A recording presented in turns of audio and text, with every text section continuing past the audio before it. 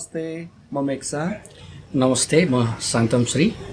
हाम्रो च्यानल प्रमुदितामा हार्दिक स्वागत तथा अभिवादन छ सम्पूर्ण दर्शकहरूलाई। आज हामी जुन प्रस्तुति लिएर आएका छौँ त्यो चाहिँ मलाई लाग्छ जीवनमा अति नै महत्त्वपूर्ण कुरा छ। मेरो विचारमा हजुरहरूले पनि यसलाई इन्जोय गर्नुहुनेछ। जुन जीवनमा एउटा दौड छ मानिसहरूको, जुन आपाधापी छ, त्यो चिज के को निम्ति त अन्ततगत के को निम्ति चाहिँ, जस्तै एउटा मानिस जन्मिन्छ, हुर्किन्छ, एजुकेसन गर्छ, पढ्छ, त्यसपछि पैसा कमाउँछ, नेम एन्ड फेम कमाउँछ, घरबार जोड्छ र एक दिन अशक्त भएर चाहिँ आर्यघाटमा जल्नुपर्ने स्थिति छ सबैजनाको। तर यो सम्पूर्ण क्रम गरेर चाहिँ वास्तवमा उसले गर्न खोजेको के त? ब्युटिफुल। होइन त सानो? यो जीवनको धेरै नै महत्त्वपूर्ण विषय छ। यस्तै प्रस्तुतिहरू लिएर हामी तपाईँहरू समक्ष आउने कोसिसमा छौँ। बहुत राम्रो विषय मेक्साले अहिले उठाउनु भएको छ कि जे गर्छौँ हामी जीवनमा, जुनसुकै कृति गर्छौँ, आखिर यसको पछाडि हाम्रो उद्देश्य के, हामी के खोजिरहेको, यो भागदौड, यो आपाधापीबाट हामीले प्राप्त गर्न खोजेको कुरा के हो। अब यो बहुत गहन विषय छ। लगभग चेतन अथवा अवचेतन दुवै अवस्थामा मनुष्यले जान्न खोजेको, बुझ्न खोजेको विषय यही नै हो। यो विषय आज हामीले यहाँ प्रस्तुत गरेका छौँ। आज हाम्रो पहिलो प्रस्तुतिमा हामी यो विषयबाट प्रवेश गर्न चाहिरहेका छौँ। कुनै त्यस्तो अनुभव छ मेक्सा? मैले एउटा सानोजी स्टोरी सुनेको थिएँ पहिला स्टार्टिङ, भनौँ न जब म सानै थिएँ, ओसोलाई चाहिँ पढ्नलाई भर्खर सुरु गरेको थिएँ। त्यो बेलामा एउटा स्टोरीले चाहिँ स्ट्राइक गरेको थियो मलाई। त्यो के भन्दाखेरि एउटा मानिस हुन्छ, एउटा क्यारेक्टर हुन्छ, त्यो चाहिँ सायद कसै अधिपतिले, कुनै महाराजाले उसलाई चाहिँ तिमी जति हिँड्न सक्छौ त्यति चाहिँ जमिन तिम्रो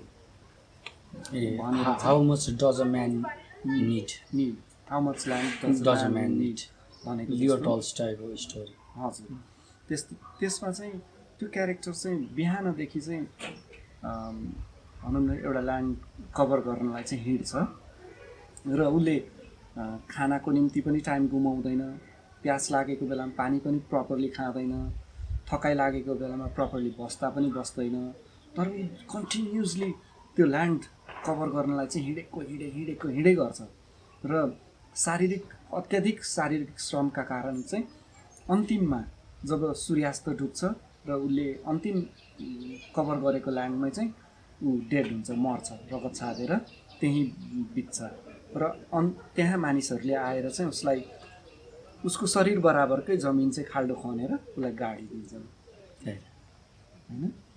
यस्तै चाहिँ हाम्रो एउटा अनौठो खालको दौड जीवनमा छ।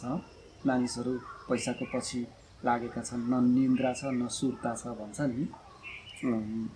भोक राम्रोसँग स्वाद लिएर होइन, राम्रोसँग कम्फर्टेबल भएर होइन, उसले खाना पनि खाँदैन, उसले राम्रोसँग पानी पिउने तरिकाले पानी पिउँदैन होइन।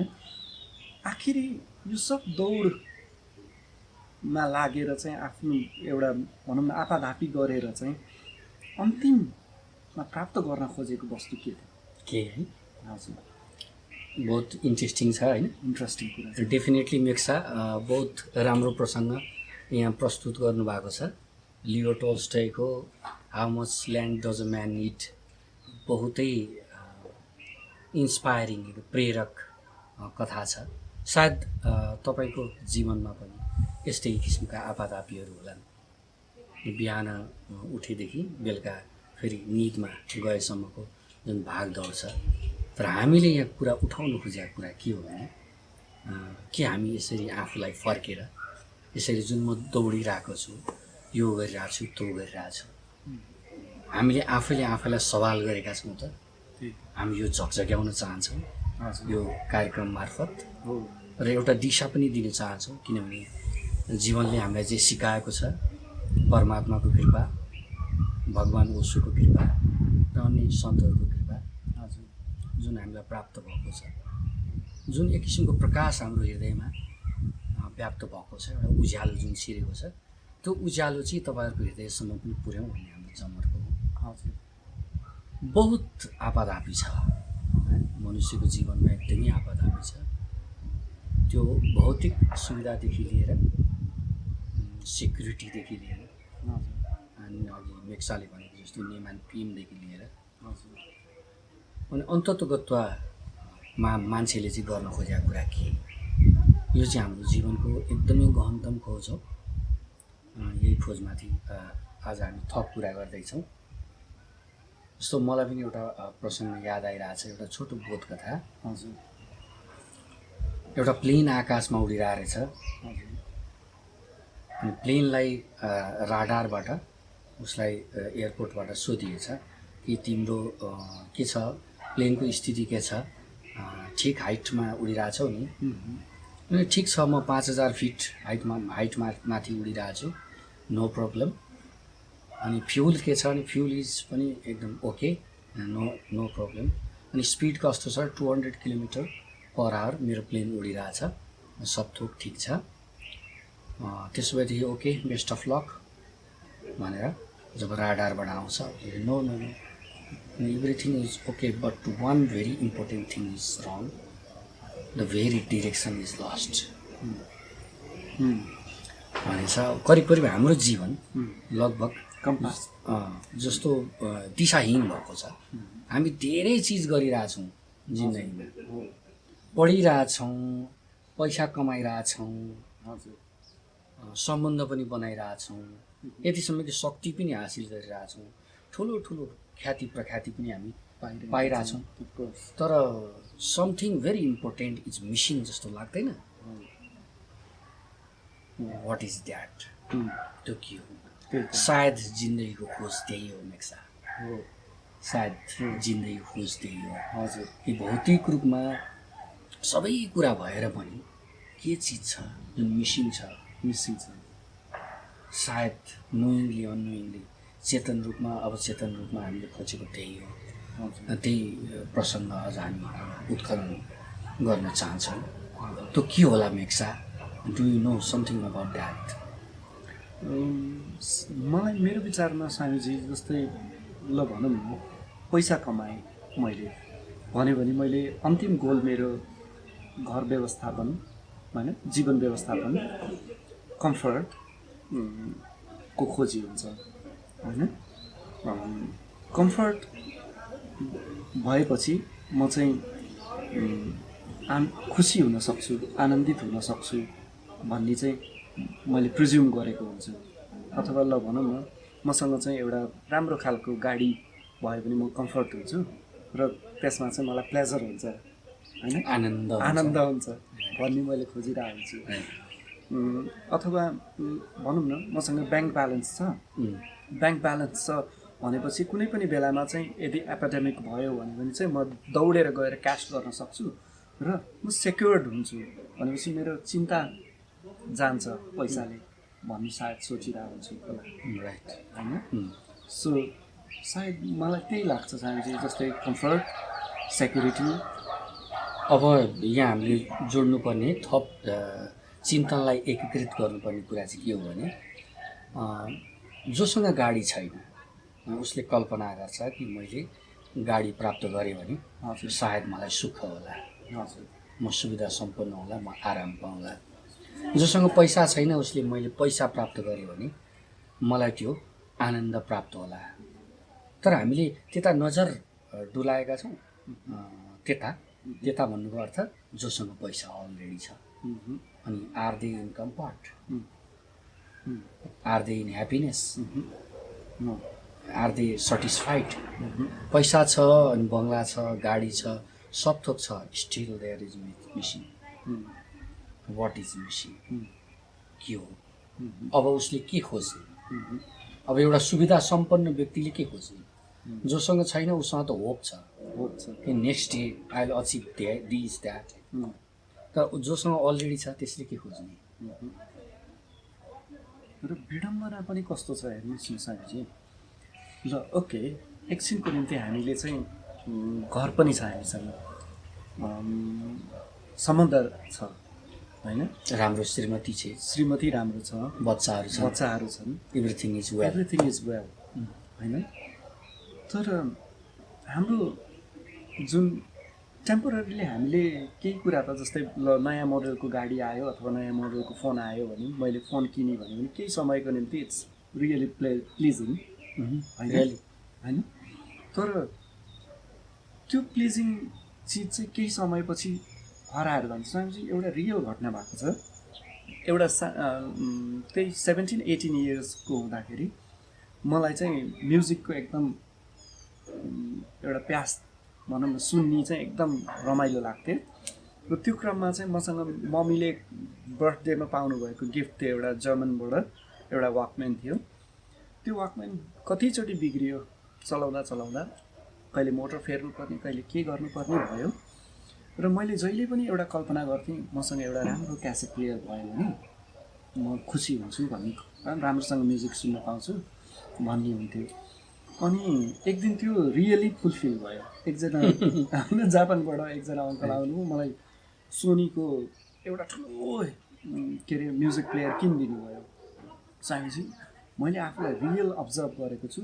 मैले त्यसलाई हरेक आधी घन्टा 1 घन्टा म पुछ्ने पनि गरेको छु क्या होइन। अरूलाई छोएर बहिनीहरू भाइहरूलाई म्युजिक बजाउनु पनि दिएको छुइनँ। त्यसमा धेरै यत्न गरिराख्यो होइन, त्यसलाई छोएर बिगार्देला भनेर कराएको छु उनीहरूलाई है। त्यस्तो गरेर लगभग मैले विक अथवा 10 डेज सुनेँ होला त्यो म्युजिक। त्यसपछि मैले एक दिन यस्तो रियलाइज गरेको छु, 14-15 डेज पनि मैले म्युजिक सुनेको थिइनँ। माइ गॉड होइन।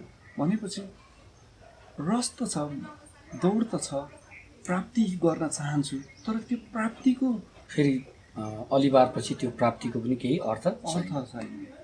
त्यसले सदाको लागि चाहिँ खुसी राख्न सक्दैन, सुख दिन सक्दैन। डेफिनेटली एकदम भेरी ब्युटिफुल इक्जाम्पल है, आफ्नै जीवनबाट है। सानो छ उदाहरण, तर कति गहिरो अर्थ बोक्छ है। अनि यस्तै तपाईँहरूको जीवनमा पनि भएको होला। जब कुनै चिज प्राप्त हुँदैन तब त्यो प्राप्ति भइसकेपछि चाहिँ मलाई सुख होला, मेरो प्रगति होला, उन्नति होला, म सन्तुष्ट होला भन्ने लाग्छ। तर प्राप्त हुन साथ त्यसको के हुन्छ, महत्त्व घटेर जान्छ। हामीले पनि जीवनमा त्यही अनुभव गऱ्यौँ कि जुन चिज प्राप्त हुन्छ त्यो चिजको महत्त्व घटेर जान्छ अनि त्यहाँ आफ्नो खुसी समाप्त हुन्छ।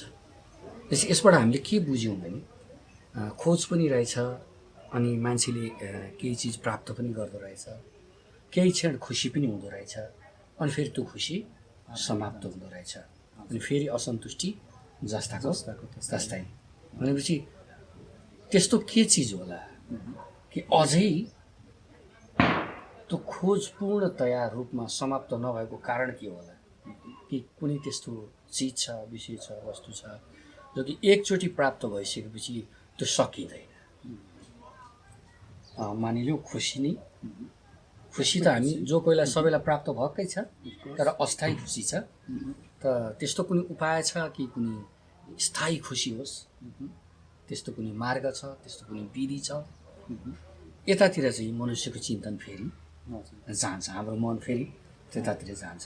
तपाईँमध्ये कसैलाई थाहा छ कि त्यस्तो कुनै खुसी छ जुन कहिल्यै सकिँदैन, त्यस्तो कुनै मार्ग छ जुन मार्गमा हिँडेपछि हाम्रा यी सम्पूर्ण जिज्ञासाहरू, छटपटीहरू, यी बेचैनीहरू समाप्त हुन्छन् होइन? त्यस्तो कुनै विधि छ? यदि त्यो विधि छ भने निश्चित रूपमा त्यो जीवनमा आत्मसात गर्ने हो। त्यो केही छ त्यस्तो मेक्सा होइन? त्यस्तो कुनै खुसी छ, त्यस्तो कुनै विधि छ, त्यस्तो कुनै मार्ग छ जहाँ गएर हाम्रो खोज सन्तुष्ट होस्? सायद यही विषयलाई खोज्ने क्रममा चाहिँ हामीले जीवनमा चाहिँ सन्यास हाम्रो जीवनमा आयो, सन्याससम्म पनि भयो होइन? गयौँ। राइट। 17-18 वर्षको उमेरदेखि म 24 को थिएँ। हजुर, म 18 को थिएँ। त्यहाँदेखि हामीले चाहिँ गुरुको कुरालाई फलो गर्दै विभिन्न किसिमका एक्सपेरिमेन्टहरू गर्दै ओसो परम्पराभित्र नवसन्यासको ट्रेडिसनभित्र रहेर विभिन्न चिजहरू गर्ने चाहिँ मौका पायौँ भनौँ न, अस्तित्वगत मौका पायौँ। र यसले चाहिँ हामीलाई साधनाको बाटोमा लग्यो र हामीभित्र भएको रहस्यहरू, खजानाहरू, अनन्त खुसीको जुन खोजीको जुन त्यो उत्कट अभिलाषा हुन्छ एउटा मनुष्यभित्र, हजुर, त्यो चाहिँ हामीले